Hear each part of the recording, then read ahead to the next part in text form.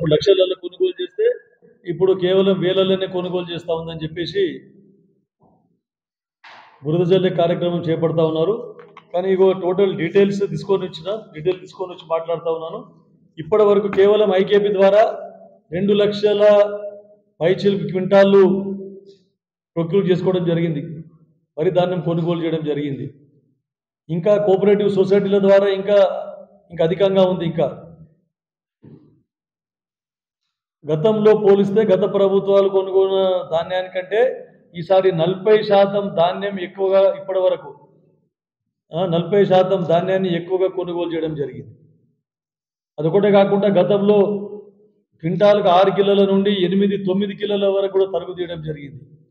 కానీ ఇప్పుడు రైస్ మిల్లర్లతో అందరితో మాట్లాడి కేవలము ఒక్క క్వింటాల్కు కిలోన్నర నుంచి 2 కిలోల వరకు మట్టుకే తరుగు తీయడం జరుగుతూ ఉంది. సంచికి 41,600 గ్రాములే తూకం వేస్తూ ఉన్నారు. రైతుకు ఎన్నో విధాల లాభం చేకూరుతూ ఉంది. కాళేశ్వరం వల్ల అని చెప్పడం జరిగింది, కానీ ఈసారి కాళేశ్వరం నుండి ఒక్క చుక్క కూడా నీళ్లు రాలేదు.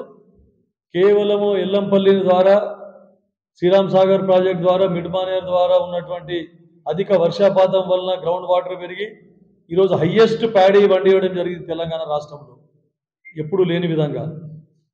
కాబట్టి కాళేశ్వరము 1,50,000 కోట్లు పెట్టినటువంటి 1,20,000 కోట్లు పెట్టినటువంటి కాళేశ్వరము ఎలాంటి ఉపయోగం లేదు దాని ద్వారా అని చెప్పేసి, ఎందుకంటే కాలువలే లేవు.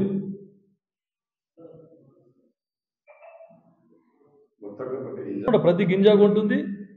అప్పట్లా కాకుండా ఇప్పుడు ట్రాన్స్పోర్టేషన్ ప్రాబ్లం లేదు రైతులకి.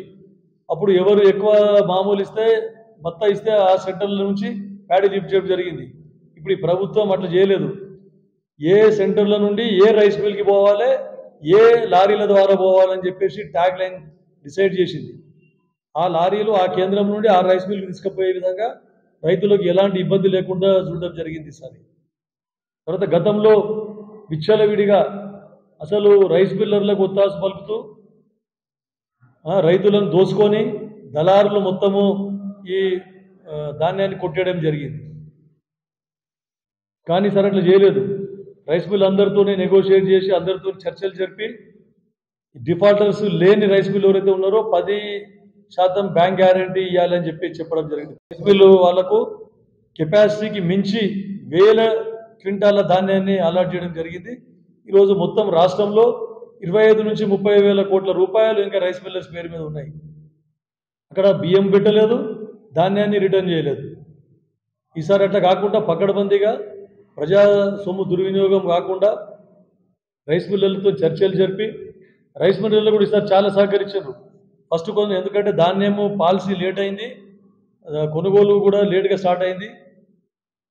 ప్రతిపక్షాలు బురద జల్లినాయి, ఇంకెప్పుడు అన్నట్టు. కానీ చిత్తశుద్ధితోని పారదర్శకంగా ఒక ప్లాన్గా పోతూ ఉంది ప్రభుత్వం. రైస్ మిల్లర్లకు కూడా ధన్యవాదాలు, ఎందుకంటే రైస్ మిల్లర్లు కూడా చాలా సహకరిస్తూ ఉన్నారు. వారికి నష్టం జరగకుండా, ఇటు రైతులకు నష్టం జరగకుండా పకడ్బందీగా వరి కొనుగోలు జరుగుతూ ఉంది. మరిన్ని వీడియోస్ కోసం ఛానల్ ని సబ్స్క్రైబ్ చేయండి. లేటెస్ట్ అప్డేట్స్ కోసం వాట్సాప్ ఛానల్ ని ఫాలో అవ్వండి. అండ్ లింక్ డిస్క్రిప్షన్ లో ఉంది.